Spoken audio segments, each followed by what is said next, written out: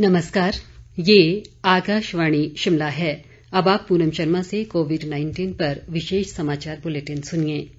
राज्यपाल बंडारू दत्तात्रेय ने कोविड महामारी से निपटने में टांडा मेडिकल कॉलेज के प्रयासों की सराहना की है। उन्होंने कल शिमला से वीडियो कॉन्फ्रेंस के माध्यम से टांडा मेडिकल कॉलेज के प्रधानाचार्य और विभागाध्यक्षों के साथ कोविड-19 की स्थिति व संस्थान की प्राथमिकताओं सहित इस महामारी से निपटने के लिए किए जा रहे नवाचारों पर चर्चा की।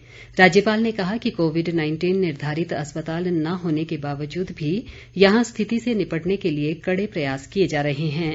उन्होंने कहा कि शुरू में इस अस्पताल में कोविड-19 के 107 सैंपल की जांच क्षमता थी, जो अब बढ़कर 700 से अधिक है।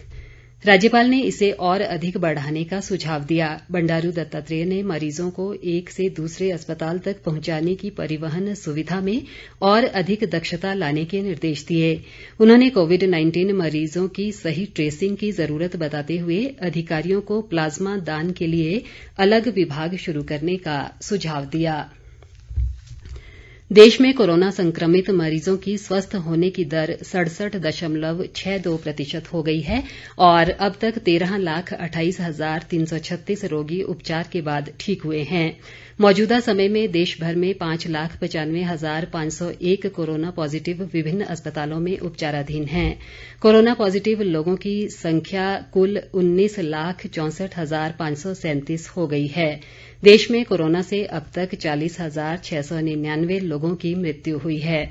इस बीच भारतीय आयुर्विज्ञान अनुसंधान परिषद के अनुसार देश में अब तक कुल 2,21,49,351 नमूनों की कोविड जांच की गई है।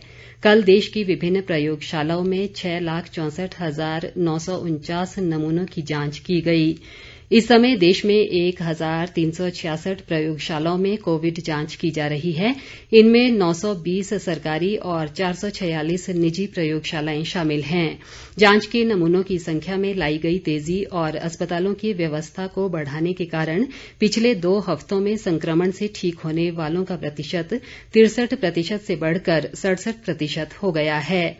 देश में कोविड से मृत्यु दर घटकर 2.08% रह गई है। इधर प्रदेश में कोरोना वायरस के मामलों में वृद्धि जारी है और ये संख्या बढ़कर 2,928 तक पहुंच गई है। मौजूदा समय में 1,087 कोरोना रोगी उपचाराधीन हैं, जबकि 1,801 कोरोना रोगी उपचार के बाद स्वस्थ हो चुके हैं। प्रदेश में आज अभी तक कोरोना के 12 नए मामले सामने आए हैं। इनमें से सबसे अधिक सिरमौर जिले में 6, हमीरपुर में 4, जबकि चंबा और शिमला जिले में 1-1 कोरोना पॉजिटिव शामिल है। सोलन जिले में कोरोना के सबसे अधिक 383 सक्रिय मरीज हैं। इसी तरह मंडी में 145, सिरमौर में 120, कांगड़ा में 117, ऊना में 82, शिमला में 68 और बिलासपुर में 58 कोरोना संक्रमित मरीज हैं। ग्रामीण विकास व कृषि मंत्री वीरेंद्र कंवर ने कहा है कि किसानों बागवानों की आर्थिकी सुदृढ़ करने के लिए प्रदेश की विभिन्न मंडियों को और अधिक विकसित किया जाएगा। पराला मंडी में विभिन्न कार्यों का निरीक्षण करने के बाद कल उन्होंने ये जानकारी दी। वीरेंद्र कंवर ने पराला मंडी में विभिन्न गतिविधियों के विस्तारीकरण के लिए 153 करोड़ रुपए देने की घोषणा भी की।